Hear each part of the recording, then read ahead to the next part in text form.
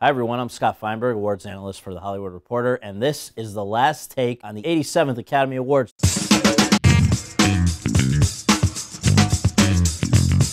It was a very interesting night that ended up being a big Birdman night. It won 4 Oscars, including Best Picture, Best Director, as well as Best Original Screenplay and Best Cinematography. In the acting categories, The Theory of Everything's Eddie Redmayne held off veteran Michael Keaton from Birdman in the Best Actor category. That was a real nail-biter. The other acting winners were widely expected. Julianne Moore for Best Actress for Still Alice, Supporting Actor and Supporting Actress. Also slam dunks went to J.K. Simmons for Whiplash and Patricia Arquette, of course, for Boyhood. Whiplash had a very good night with 3 awards total, but the bigger winner and basically tying Birdman for the most wins overall was the Grand Budapest Hotel.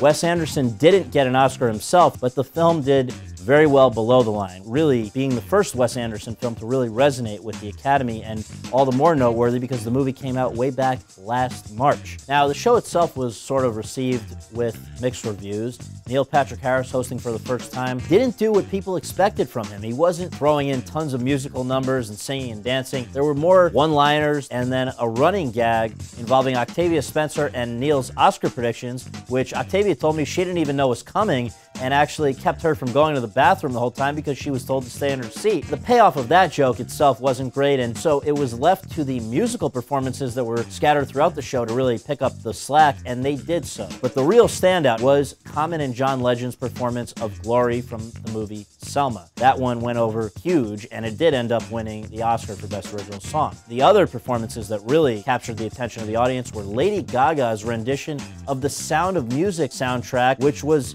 totally unexpected for most of us. Miles Teller told me that he wasn't surprised that she could sing in that genre because she was 2 years ahead of him at New York University, and he says that she was doing show tunes and Broadway stuff back then. She received a standing ovation, as did Jennifer Hudson, who did her own impressive song after the In Memoriam montage. Also, several of the acceptance speeches were particularly memorable. You had Common and John Legend talking about race relations in America 50 years after Selma and how there is still much to be accomplished. You also had Patricia Arquette talking about the need for equal pay for equal work among the genders, and Graham Moore, the winner of Best Adapted Screenplay for The Imitation Game, received a standing ovation after revealing that at the age of 16, he had tried to take his own life after being mocked for being different and weird. He encouraged audience members to tell others to stay weird and stay different. We thank you for following us throughout the 87th Oscar season, and we look forward to doing it again very soon. I'm Scott Feinberg, awards analyst for The Hollywood Reporter. Good night and goodbye to the 87th Oscar season.